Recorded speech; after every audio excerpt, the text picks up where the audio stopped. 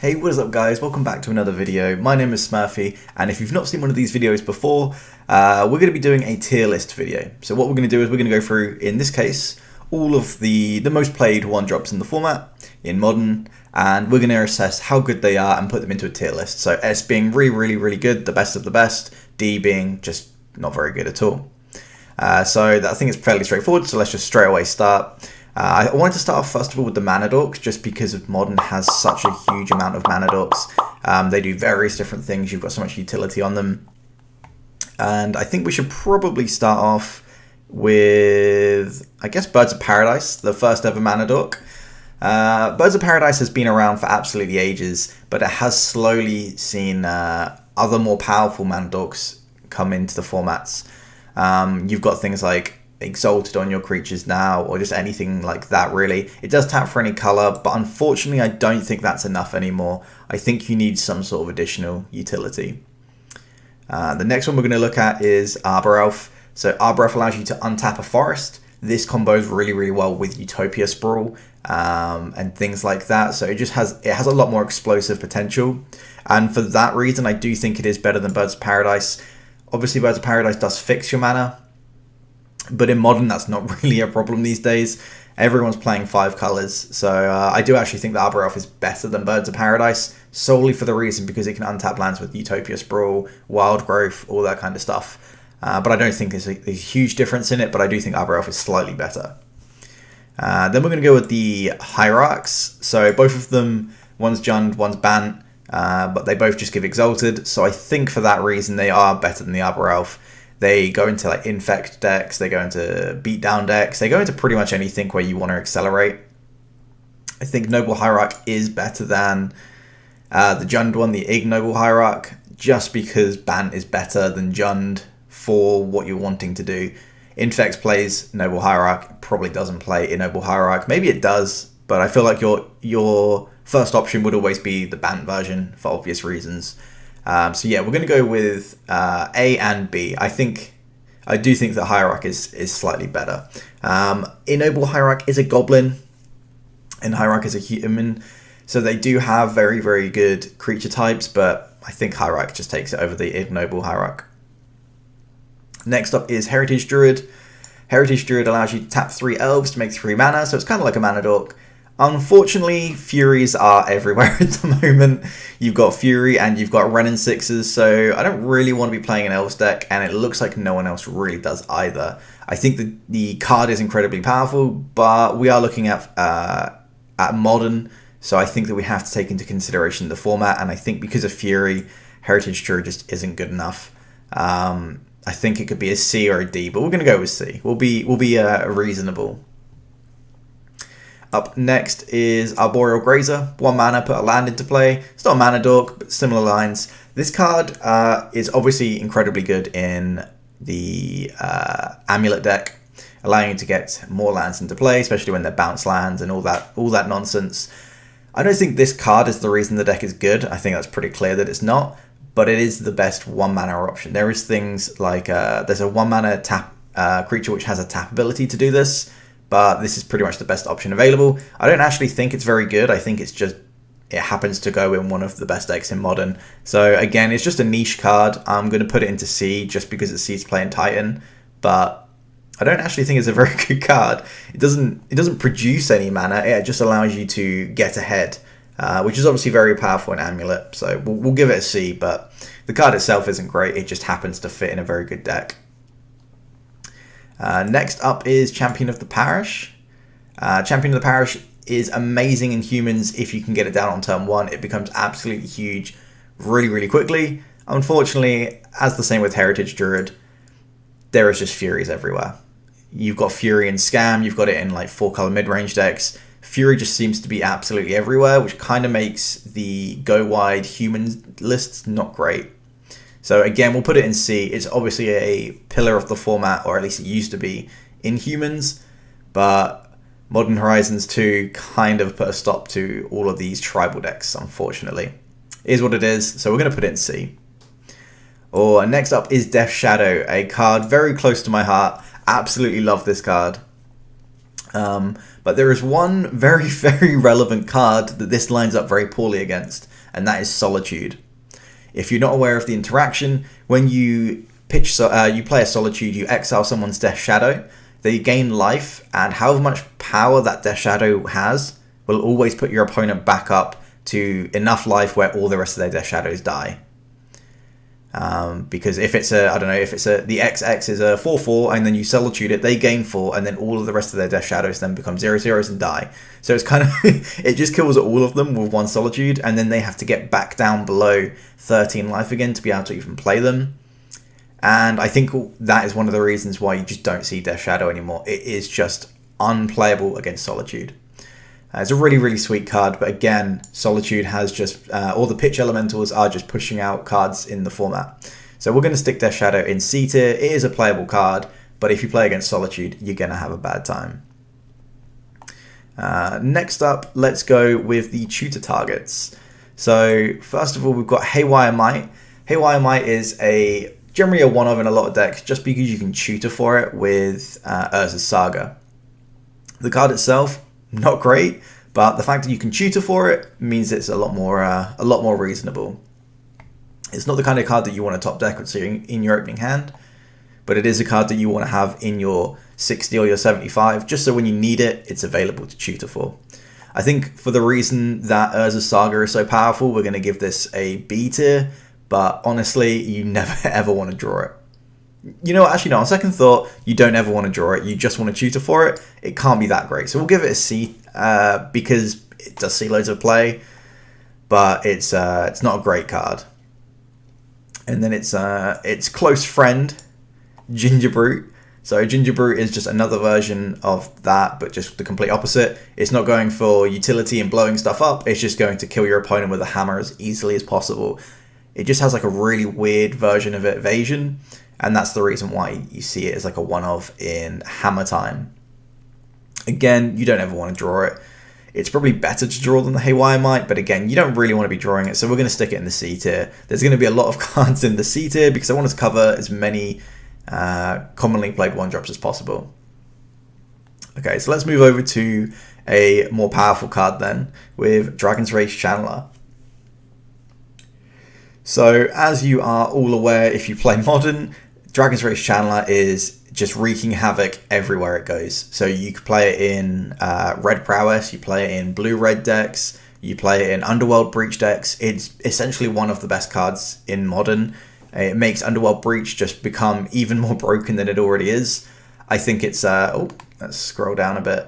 There we go. Yeah, I think that Dragon's Rage Channeler is just clearly one of the best cards in the format. And then after that, I think we should look at Delver's Secrets. Delver's Secrets used to be an absolute all-star in Modern and in Legacy. It was in Standard as well a little bit. Yeah, it was just an incredibly powerful card. Unfortunately, power creep has pushed Delver's Secrets out of Modern and out of Legacy. So for that reason, we're actually going to move it down all the way down to D. It's absolutely crazy to see that there are blue-red decks, some of the best decks in the format, and they're not playing Delver's Secrets. Is just, I think it just shows you how weak Delver's Secrets is now in comparison to the rest of the format. You've got things like Furies, Solitudes, Omnaths. The format is just so much more powerful now that Delver just does not cut it anymore. Next up, we are going to look at Esper Sentinel. Esper Sentinel is pretty much only seen in aggro, like tempo style decks, but it is very, very good at what it does. So I think we're going to put it into probably a B or A tier. I think we're going to go with B. It's not great off the top, as most one-drops aren't, but yeah, I think it's a solid B. It's seeing play in the humans list. Some people have started trying to play like the human champion of the parish decks. Obviously, it's an amazing fit there, but obviously it goes in Hammer as well.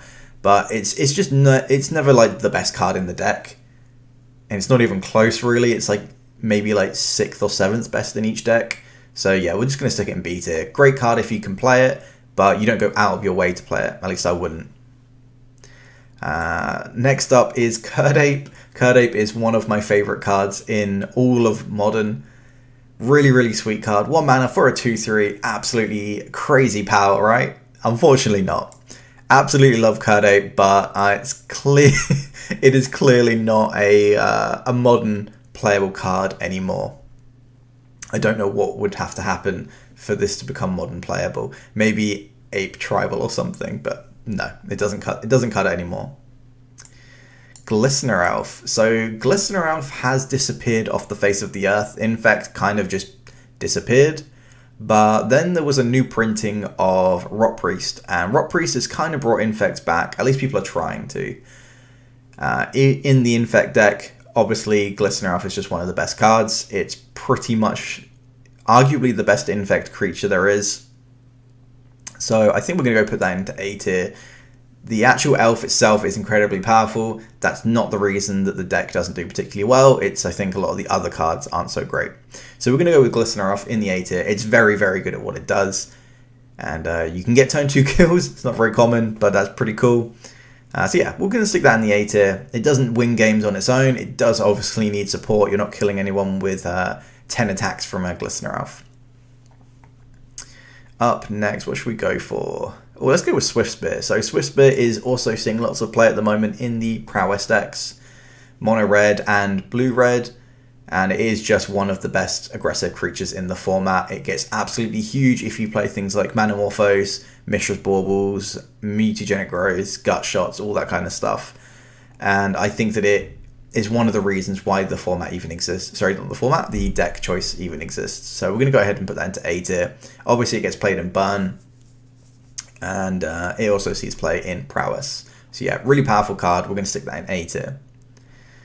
Next up is Legion Loyalist. If you are not familiar with this card, there is a reason for that. It is just not powerful enough anymore. It was never really a card other than an 8-whack, and it was just one of the best goblins. But nowadays, it's not even close. So we're going to go ahead and stick Legion Loyalist in the D tier. Let's go with the absolute menace of the format next. Ragavan. I don't really think there's much to say about this card that's not already been said. So we're going to go ahead and stick Ragavan straight into S tier. I don't think anyone really wants to hear more about this card. It's the best turn 1 play in the format, and if your opponent can't answer it, you probably just win. Nest Sentinel, Nettle Sentinel, not Nest Sentinel. Nettle Sentinel is a very key component to the elf deck if you're trying to do the Heritage Druid shenanigans. It's very, very powerful, and it also sees play in Mono Green Stompy and Pauper, which I think is really sweet.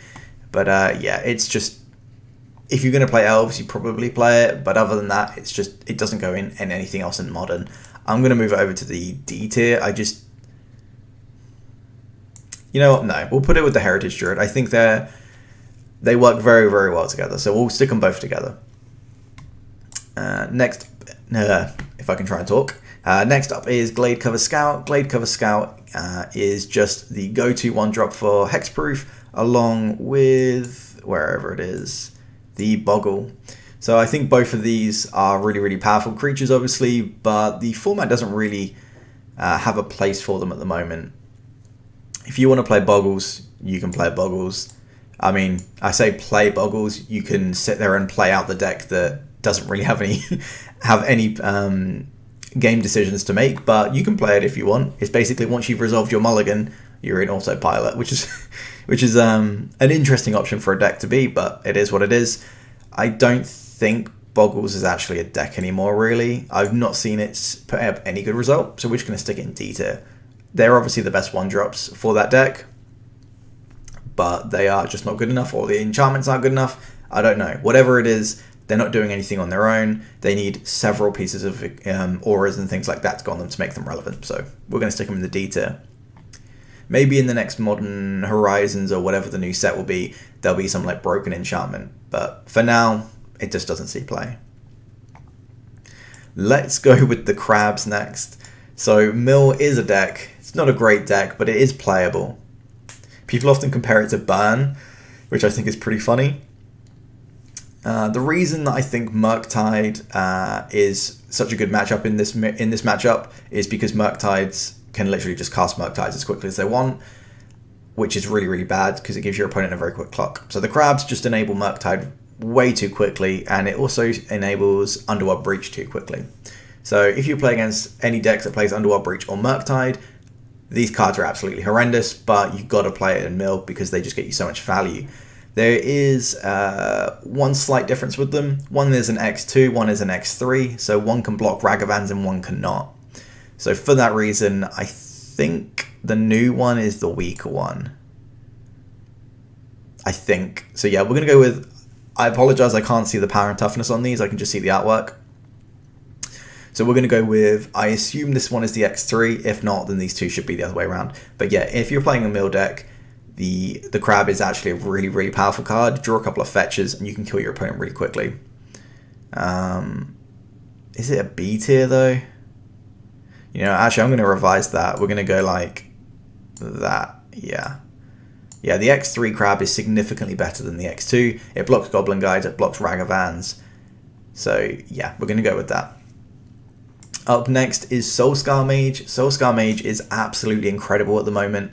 It fits perfectly into blue-red prowess, but it also has the upside of being able to make your opponent's creatures smaller, which means it's very, very scary to block when your opponent's got mana up, because your Omnath, for example, can all of a sudden become a 1/1 if they bolt it, and then their creature can eat it. So yeah, I really, really like Soulscar Mage. It's just a perfect fit for the blue-red deck. I don't think it's as good as Swiftspear. The only reason for that is because Swiftspear has haste, and it goes into things like burn, whereas Soulscar Mage is pretty much just in prowess. So I think that in prowess, Soulscar Mage might be better than Swiftspear. I think it's pretty close, but because Swiftspear can go in other decks as well, I think that does make it a better card. And up next is what used to be the king of the red 1-drops, Goblin Guide. Goblin Guide has just been pushed out of the format, at least in my opinion. Burn has just gone down and down and down in the rankings.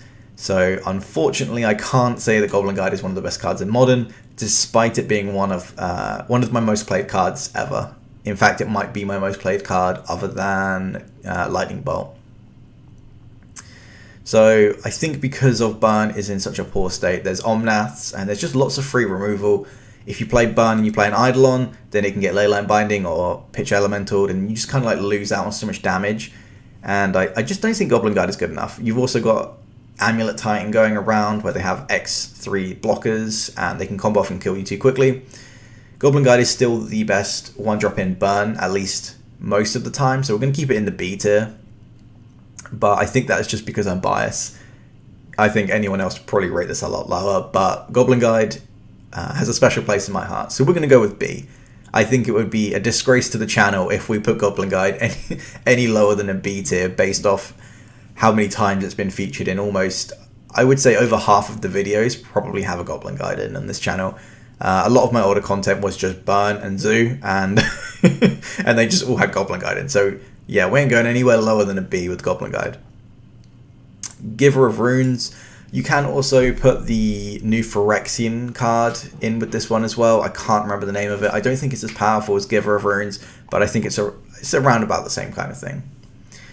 Giver of Runes just makes it incredibly hard to answer your opponent's threats, and you basically have to bolt this before you can bolt anything else. And for that reason, I think it goes in the A's. It's definitely not Ragavan and Darcy power level, but it's very, very powerful. So we're going to stick it in the A tier. It's so scary when your opponent has like a hammer to equip on something, and you know you need to kill this and then kill the other creature as well. So yeah, Giver of Runes, A tier. Grim Lava Monster, if you are not familiar with this card and you've not been playing for too long, it used to be an absolute powerhouse. You could pay 1 red mana and tap it, exile 2 cards from your graveyard and shock something. This used to just kill everything that was small in the formats. You used to be able to kill all everyone's Birds of Paradises and things like that. Nowadays, it's just too slow. So we're actually going to sadly have to put Grim Lava Monster in the D tier. But if you look up some old deck lists, you'll see Grim Lava Monster all over the place in Jund, in Burn, in Zoo. It used to be a really powerful card, but Power Creep has pushed it out. Next up is the 1-drop Spirit. I can never remember the name of this thing, probably because just you never play against it. It's not a good card. It is essentially just a 1-drop that has spirit creature type. That's the only reason you really play it. So straight away we're going to put that in the D tier. I don't even think all spirit decks even want this because it's just not very strong. It's a 1 mana 1/1 flying that has some slight upside. It's not modern power level. Your opponent's playing Darcy's, Ragavans, or Swiss Beers and Hierarchs. This just it's just not even in the same like boundaries of playable. And then last up is the Skirk Prospector, I think it's called. Yeah. If you want to play goblins, it's pretty much essential to any sort of goblin combo shenanigans. But again, Fury is everywhere, so you're not really seeing it too often. The last event I played at, my friend managed to top 8 playing goblins. I don't know if he was playing the sack combo list or what, but you can still play goblins. It's not tier 1, but it's pretty good. It's pretty good, I guess. So I think for the reason that it is playable, I am going to put it in. No, I don't think it is. I think we're going to put it in the D tier. I'm sorry, George, but I just don't. Maybe you weren't playing this card. I can't remember. I just don't think Goblins is a great deck at the moment. You can play it in F&M, but I don't think you're going to top 8 an event. Other than that exception when you did, George, I don't know how you managed to do it. So well played to you. But I think that is how I would put the 1-drops in the format at the moment. I think you could argue the Sentinel should be 1-up.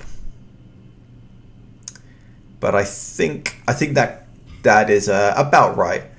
If you have any objections or you disagree and I've put your favorite card in the D tier, let me know in the comments. I apologize for any offense caused by your passion for Mill or your passion for a Terrible Spirits tribal deck. Let me know what you would change in the comments. Thanks for watching, guys. If you want to see more like tier lists, I think they're really fun. I like watching other people do them on other things that I watch, like other games and other TV shows or whatever. So I thought I'd do it for Magic. I've not seen anyone else do it, so I thought it would be fun to try. If you have any suggestions on what you'd like me to do a tier list on, let me know. They're pretty easy to set up. So thanks for watching, guys. If you enjoy the content, make sure you subscribe and like, and peace.